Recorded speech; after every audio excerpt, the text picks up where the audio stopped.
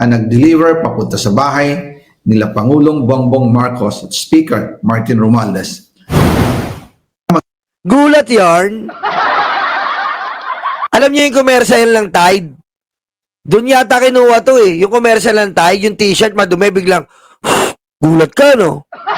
Tide yan. Gulat ka no? Tide yan. Mag-insert o magpasok ng 100 billion worth of projects sa BICAM. Sana po ay hindi nila ako mapatay. Okay, shoutout sa ating admin ha. Jordan G. Ayan po ha. Ayan, admin natin dito yan. Mag-ingat po kayo. Ha? Mag-ingat po kayo ha. Nakamanman yan. Ayan po yung intel natin dito. Mag-ingat kayo. Iwasan nyo yan. Matara yan. Ang nag-deliver, naghahanap nga ako ng ano niyang ganyan eh. Maghahanap ako ng Amerikana ng ganyan eh. Wala akong makita eh. Bago ko mailabas ang lahat. Ginawa ko lang ang utos sa akin. Pero ngayon, handa na akong harapin ang lahat. Ginagamit ng administrasyon ang buong resources ng bansa para tumahimik ako. Ito na po, part 3 to, part 3. That he will shoot me if I will talk. Gagamitin ako bilang panakipbutas sa kanilang kampanya laban sa korupsyon. Hindi na ako mananahimik. Ilalabas ko ang lahat ng katotohanan. May resibo, may ebidensya, at may pangalan. Kaya ngayon ay hinahamon ko si Ombudsman Remulla kung seryoso talaga siya sa mga sinasabi niya sa kanyang press release na idadamay niya pati si Martin Romualdez kung magbibigay ako ng ebidensya. Saldi ko, yung ebidensya mo, makabobo. Bobo ka. Ebidensya mo, pambobo. Ha? Kulang na lang talaga sa'yo, ataol eh. Paano ba to? Sandali lang po ha. Try nga natin. Okay lang ba sa inyo? Press 1. Try natin ilagay sa ataol kung gusto nyo. Ano, press 1 nyo. Press 1 nga dyan. Lagay na muna natin sa ataol. Habang wala pang tayong ano.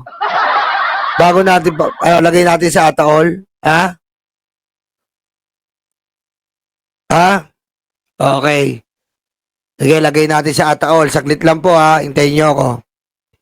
Lalagay natin sa ataol. Tingnan natin kung kakasya to. Model lang ano to eh. Eto na po ha. Andali. Tingnan natin.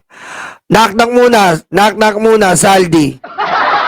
Knock-knock muna tayo, Saldi, habang iniintay natin yung AI. Knock-knock! Tagal ng AI ah. Hindi pa kasi ako nagbayad eh. Saldi! 1, 2, 3, go. Umuwi ka na, Saldi. Di ako sanay ng tanga ka. Mahirap ka talaga. At sa tuwing tinatawagan ka ni Digong, hanggang kailan ikaw magpapanggap na inosente ka at wala kang kinuha na pera? Anong bang gustong isipin namin na anghel ka, hayop ka? DDS lang iyong maloloko. Sabay-sabay! Umuwi ka na, Saldi. Umuwi ka na, Saldi. Umuwi ka na, Saldi. Diretso natin. Tunayan niya ngayon ang pronouncement niya. Imbestigahan niya ang Fraternity Brad at ang kanyang kaibigan na si Speaker Martin Romualdez. Galing, no? Sinasabi pa talaga yung Fraternity Brad. Ano naman yung connection niyan, John? Saldi ko! Kung talagang tutupad siya sa tungkulin niya, imbestigahan din niya si President Bongbong Marcos. Sabi nga ni BBM nung SONA, let's do it right at mahiya naman kayo, hindi po ba? Tanga! Ba't sasabihin ni BBM na korupsyon to? Tapos, iimbestigahan mo? Bobo! Makagalit si Marcoleta yan eh. Ano sabi ni Marcoleta? Protektahan ng Diskaya para may marami tayong kuhang informasyon. Oh, edi si BBM protektahan din para marami tayong makuhang informasyon. Kung gano'n ang logic ni Marcoleta, bobo! Bobo ni Saldi ko eh. Alam mo, Saldi ko, bobo mo ang bobo mo eh. Maglalabas ka na lang ng maleta galing pang SM, buy one, take one. Umuwi ka na, Saldi. Di ako sanay nang wala ka. Mahirap ang intanga.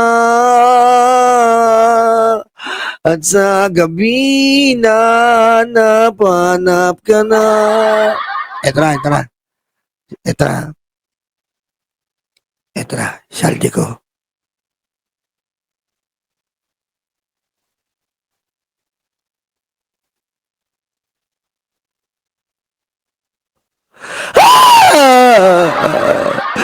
May bukas pa sa flood control, ninakaw mo lang ang pera. What damdamin kung magnanakaw? Galit na sa'yo ang Diyos, salbahin ka. Parang natutulog lang Ayos. Ang pogi. Yan ang bagay sa'yo, Saldi ko. Kita mo? Akmang-akma. Akmang-akma yung posisyon mo. Ayop ka.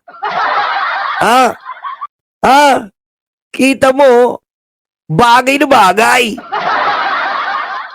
Okay, ito yung huling-huling upload nyo na po to Huling-huling upload na po to. Wala lang mapakita pong ebidensya kasi po, wala na. Nasopla na natin.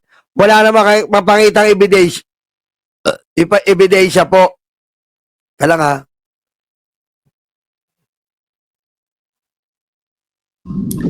Nananawagan din po ako sa Senado na imbestigahan ang 100 billion insertion ni Presidente. Alam ko po na hindi gagawin ni Ombudsman Remulla ang hamon ko. Pero magaling ang Senado sa investigasyon. At ako ay naniniwala na dahil sa kanila, lalabas ang katotohanan.